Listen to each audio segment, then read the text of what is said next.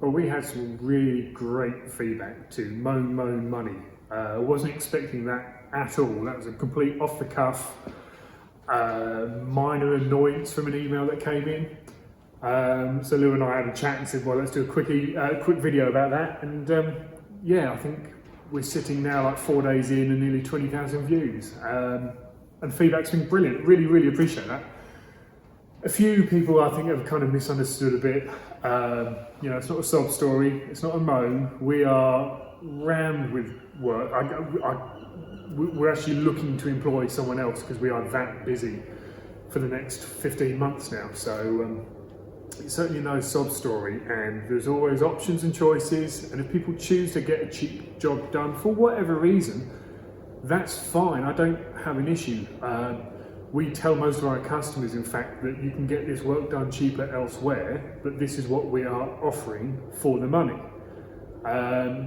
There's always options, and I understand that financial constraints mean that people aren't just going to throw bucket loads of cash at a job. Let's say none of that is an issue. The only bit I take issue at is the assumption that the higher priced guy, be it us or anyone else, is ripping someone off. It's just that assumption. That's what kind of irritates.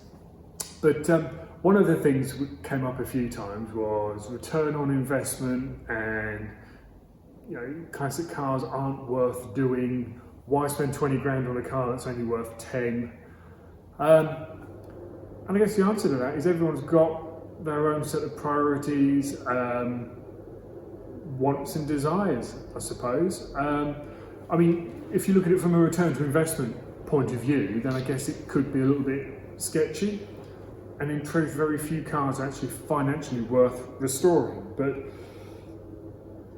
it's a bit of a funny one, really. And I have used this sort of analogy, I guess, with a few people, even customers that have been in before, that, I mean, take a classic Mini, for example. Say it's worth 10 grand. I mean, they're worth good money now, but a classic Mini worth 10 grand, why would you spend 20 grand on the body? Because you're already in a 10 grand deficit straight away. Which doesn't make economic sense. But then you look at, I mean, this is purely from my point of view, I would never buy a brand new car because it doesn't make economic sense to me. If you look at the average figures now, they reckon a brand new car will devalue by 15 to 35% in year one. That's a huge amount of money just gone straight away that you're still paying for. And I think the figure goes up to, on average, 50% devalue in 3 years. Which kind of got me thinking a little bit, and I will have to refer down to some notes I've got taped up here. I did have a quick look at a run-of-the-mill BMW 220 Grand Coupe. Whatever one of those really is, it's a small four-door BMW. On the road price of £36,375, but with your 4.9% APR over 4 years, you'll be paying £40,992 for this car. You're paying nearly £500 a month after a hefty deposit and a large balloon payment at the end. So let's say 15 to 35% they say is average loss now in year one of value.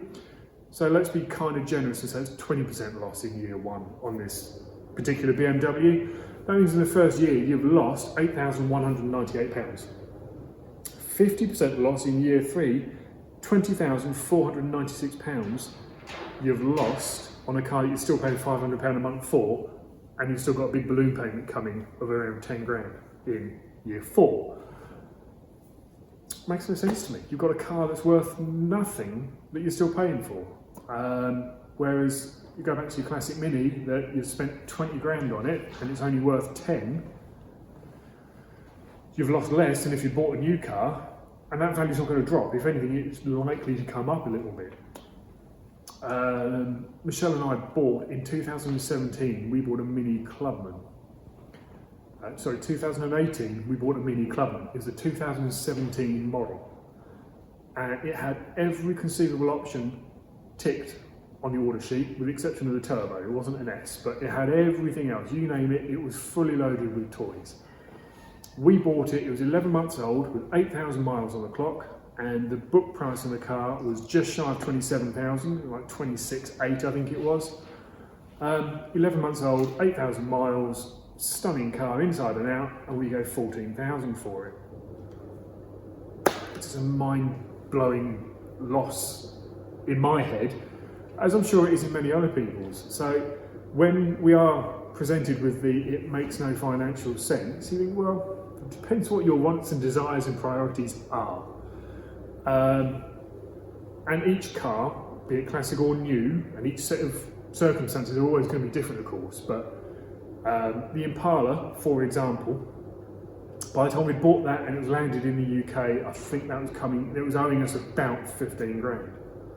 Now, if I sit down and work out our hourly rate, which obviously I've not paid because I've done our car for free, not charged myself, all told, that probably now stands in, if we were paying for all of the work that's been done to it, including the engine, that probably stands us in about 35,000-ish.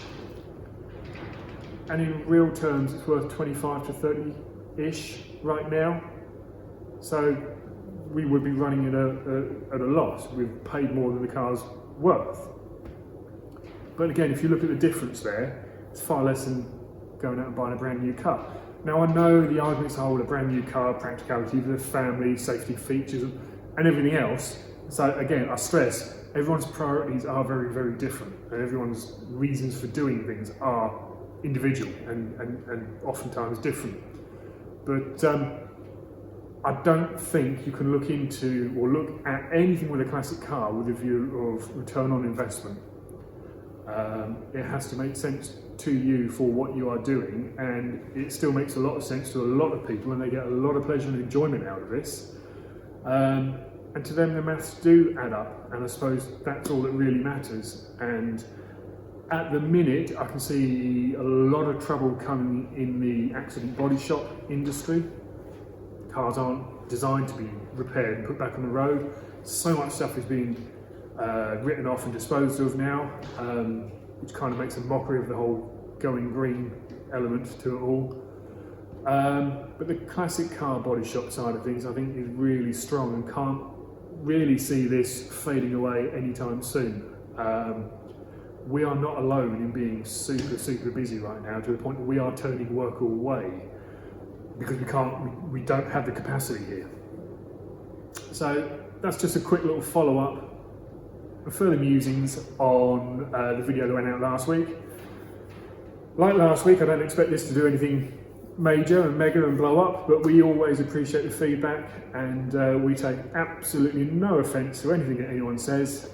We're too busy to lie awake fretting about keyboard warriors. But thanks for watching. Back with some more cars very, very soon.